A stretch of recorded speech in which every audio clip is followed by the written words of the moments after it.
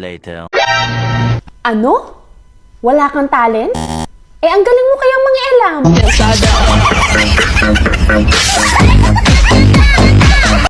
Mga talentadong mga estudyante.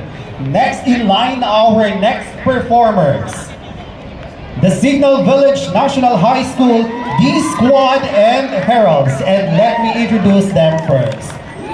Competition including Dance Supremacy 2023 First Runner-Up, Body Wars 2020 Third Runner-Up, Rumble, and Inter-School Street Dance Competition 2019 First Runner-Up, and National Dance Competition 2018 Third Runner-Up. Meanwhile, Herald's Pep Squad is the official Pep Squad group of Signal Village National High School and also won several competitions, including China Open Cheerleading Competition 2022 Level 4 Champion, National Cheerleading Championship 2019 National Cheer Pumps Champion, National Cheerleading Championship 2019 National Group Stance First Runner-Up. Signal Village National High School.